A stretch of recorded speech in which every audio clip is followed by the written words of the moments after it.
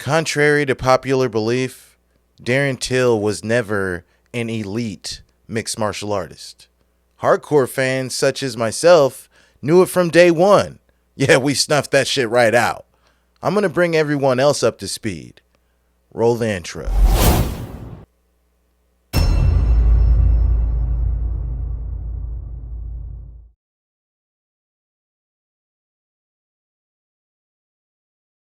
All right, guys, welcome back to Championship Rounds. It's your boy Marcel Pierre back here again, to do what I always do.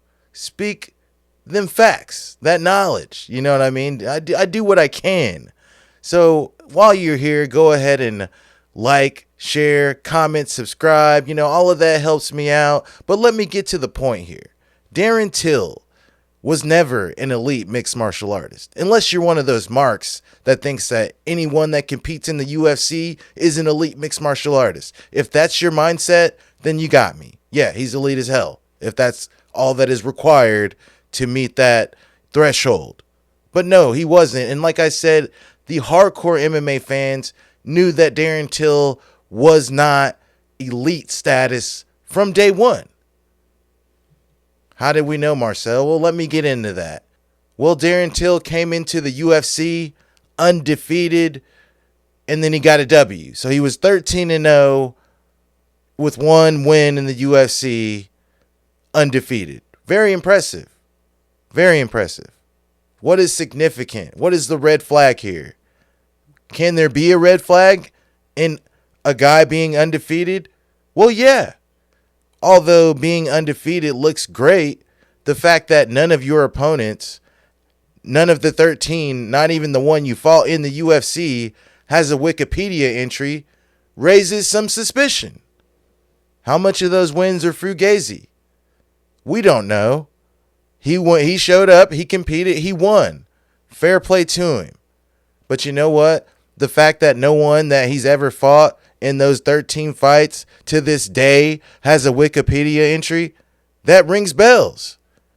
That means that none of those fighters ever did anything significant or ever spent any significant time in any major MMA promotion. All of that is significant. So he's 13-0. There's nothing to hate on here. He's handled his business thus far. Nicholas Dalby, a guy that gets in there 14-0. And like Till, all of his wins other than one were outside of the UFC. So they're both undefeated with one win inside of the UFC. How does that fight play out? Well, it plays out to a draw. They fight to a draw. So really the fight could have went either way. And what happens to Nicholas Dalby after that fight and what happens to Darren Till after that fight? Crazy. Nicholas Dalby loses 3 consecutive fights and he's cut from the promotion. Cut. They let him go after drawing with Darren Till. Yeah, happened. And yes, Nicholas Dalby has fought his way back into the UFC, but one thing he hasn't done, and one thing I don't think he'll ever do, is fight himself into a meaningful fight. Darren Till, on the other hand, after the Nicholas Dalby fight, he collected 2 wins by unanimous decision against 2 other guys whom couldn't get a win in the promotion. Yes, neither one of them ever won a fight in the UFC, and they no longer are in the UFC. That's who Darren Till beat. And after that, Donald Cowboy Cerrone. If you're anywhere close to being in the know, you know that Cowboy Cerrone was one of those, I'm going to fight as many times as I can. And I don't care who the opponent is. Donald Cerrone, a true lightweight, a true 155er, 155 pounds, flies across the pond, I believe on short notice, and gets stopped by Darren Till. And everybody's like, Darren Till stopped Cowboy Cerrone. Darren Till, it was well documented that he had trouble making 170 pounds. He's a big man and today competes at 185 pounds, and we'll get to that. Donald Cerrone is a true 155er. Am I surprised that Donald Cerrone flew over there and got starched? No. Darren Till made a mini name off of Donald Cerrone after that fight. Made a name off of that fight. And we see what happened to Donald Cerrone after that. He picked a couple wins, picked a couple losses. Is where he was in his career. Fair play to Darren Till. Again, he handled his business. Am I hating? No, I'm just keeping it real. Darren Till was a massive welterweight whom struggled to make weight, and Donald Cerrone is a career lightweight. That's just the facts. I'm not surprised. Anyhow, what happened after the Darren Till Donald Cerrone matchup? Enter Stephen Wonderboy Thompson. Darren Till is gifted with a victory over Stephen Wonderboy Thompson. There is no way Darren Till won that fight, but the judges said he won it, so fair play to him.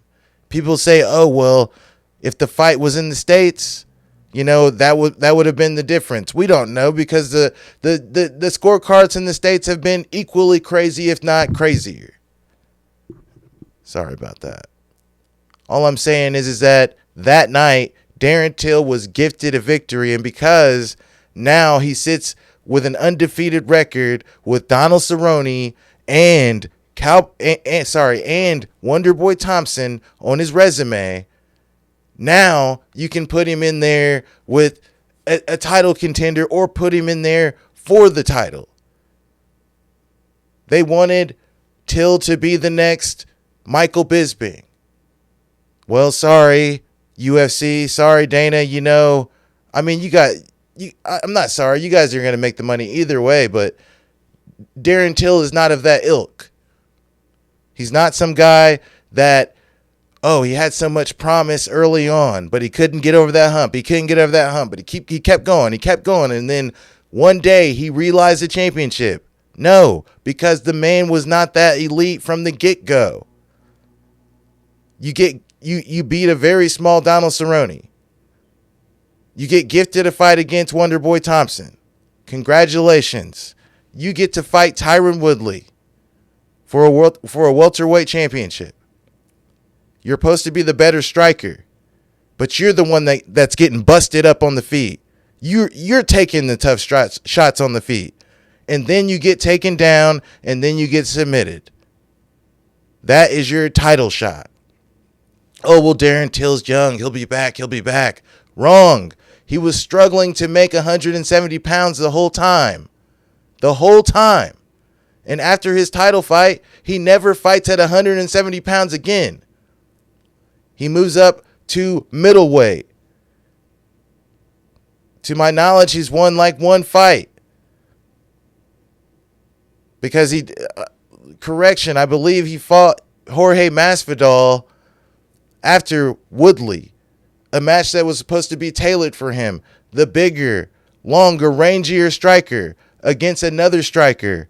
A guy that was perceived dead in the water in Masvidal. But you know what? The dog in Masvidal put Darren Till's ass away.